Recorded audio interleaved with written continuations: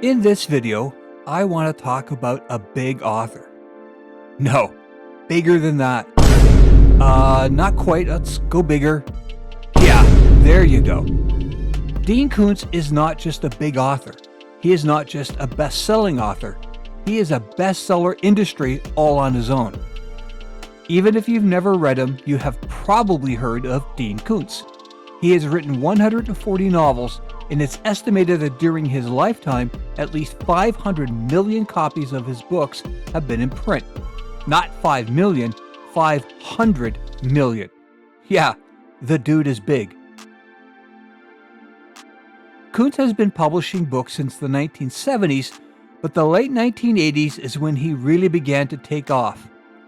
Most of these best-selling books were categorized as horror or suspense. I know that many of these books contain sci-fi elements such as time travel, genetic manipulation, and dangerous AI, but they were packaged as horror. When I became aware of this, it kind of surprised me. Surprised me because I knew Dean Koontz, but he was not a prolific best-selling horror machine. He was a sci-fi author. A sci-fi author I had followed through the 70s, but kind of lost track of, not knowing he had transformed into one of the best-selling writers in the world. Those early sci-fi novels seem to be hard to find now. Those books did enjoy a level of success at the time, and Koontz had acquired some critical recognition, but as a sci-fi author, how good was Dean R Koontz? And are these older books still worth reading? I'm VJ, this is The Hairy Edge, and let's dive into it.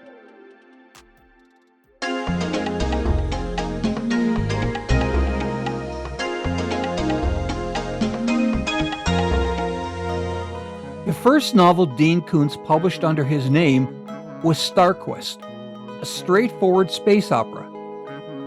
Over the next 5 years, Koontz published something like 20 sci-fi novels under his own name, as well as pen names.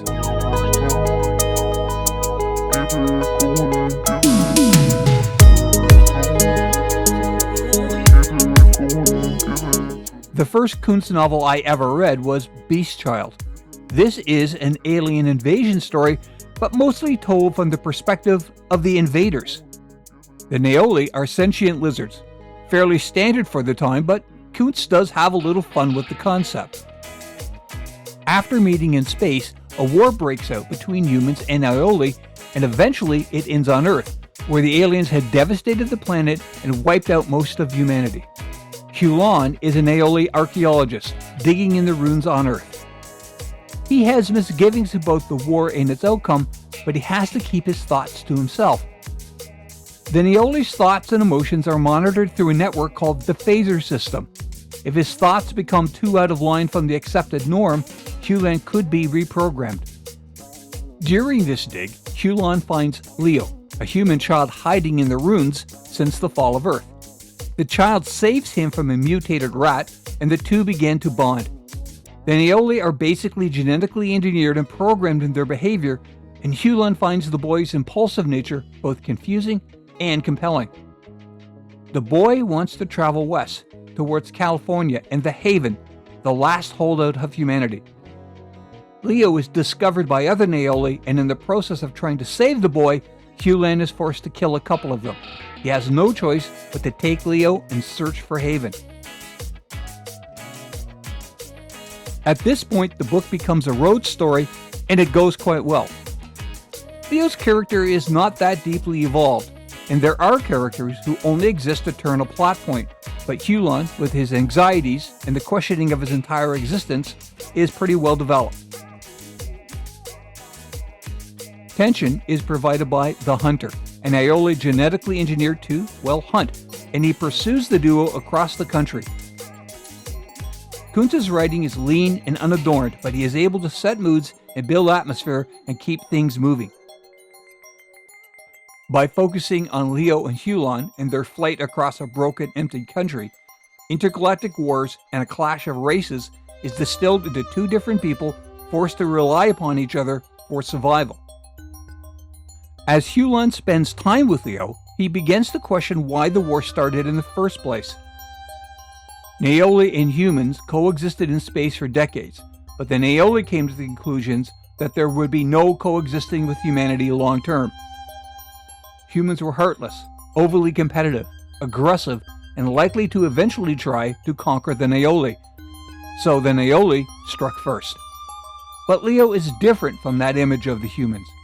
The boy explains that the only humans who lived off-planet were spacers, genetically modified and mentally conditioned to be just that, without emotion, mission-focused, aggressive, and essentially soulless. So, the entire war was based on a misunderstanding.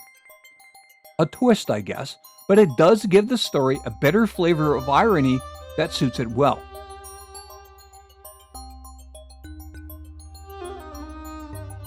The next Koontz book that I want to look at is The Dark Symphony. On a far future Earth we meet Gil. He belongs to a class of humans who called themselves musicians. Centuries ago, most humans left Earth to colonize the stars. Out there, they built societies based upon the ability to manipulate a certain technology. For the musicians, it was sound, and Koontz handles this technology quite well. Eventually, the musicians return to Earth to build a new society. Musicians live in a caste system. Your caste is determined before your birth through genetic manipulation. Gil is born into his caste, but his station therein, which will determine his future life path, will be determined by a coming-of-age ceremony where you fight against sound-generated monsters. Fail and you are destroyed. There's a Hunger Games kind of vibe here. Gil competes and wins alongside two of his friends, one of whom is female. This is unprecedented. In the musicians' culture, women do not compete. Their only purpose is to provide wombs for genetically manipulated embryos. Once he gains his status, Gil is introduced to the inner workings of musician society, and he kind of finds it wanting. He's also contacted by the populars. These are humans who never left Earth and after a war have become heavily mutated. Relegated to the ruins of old Earth, they are literally now outcasts from the world they never left. The populars want Gil to lead them in taking down the musicians. Why? Because Gil is a foundling. Unknown to him, he is a popular, with no outward signs of mutation, who was switched at birth with an actual musician child. He has a chip implanted in his head that the populars trigger and allow Gil to see the truth. The truth is, the musicians were exiled from Earth for dabbling in dangerous technologies such as their manipulation of sound. Upon returning to Earth, the musicians used that technology to leave the populars mutated and their society shattered.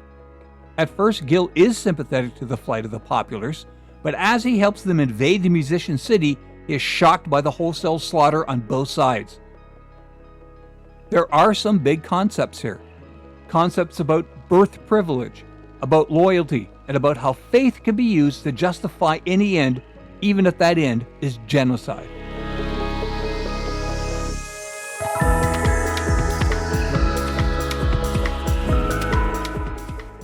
With these big ideas comes some occasionally overwrought prose, but Koontz sprinkles his future with some concepts that later would be our reality, like virtual sex and some people's addiction to it and how that can be used to manipulate them. What does not become overwrought is the last book I want to talk about, The Haunted Earth. In this future, humans meet the alien Mycenae in space and bring them back to Earth. On their homeworld, the Mycenae have physically manifested the creatures of their mythology. They coexist with them, and they bring that alternate reality back to Earth. So, we have vampires, and werewolves, and wizards, and God, and Satan.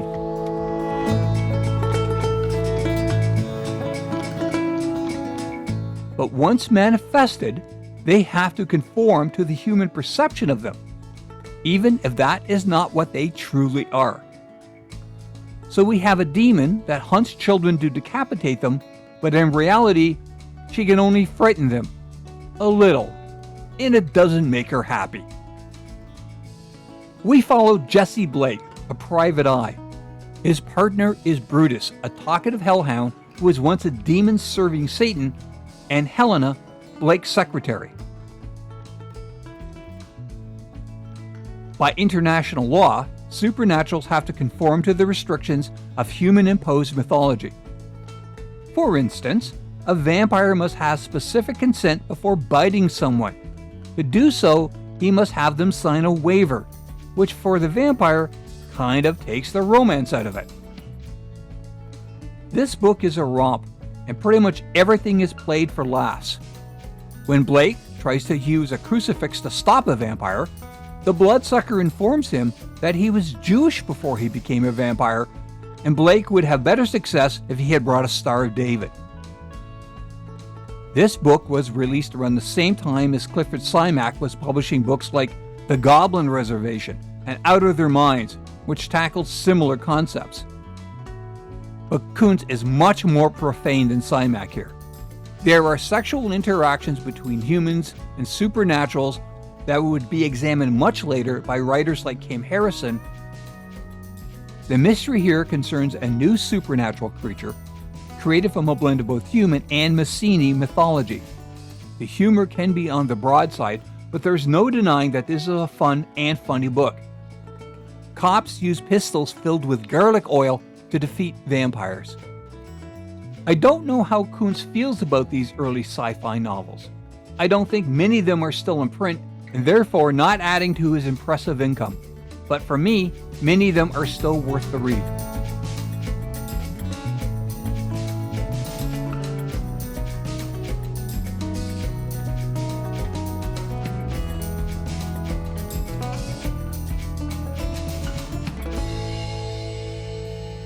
How about you?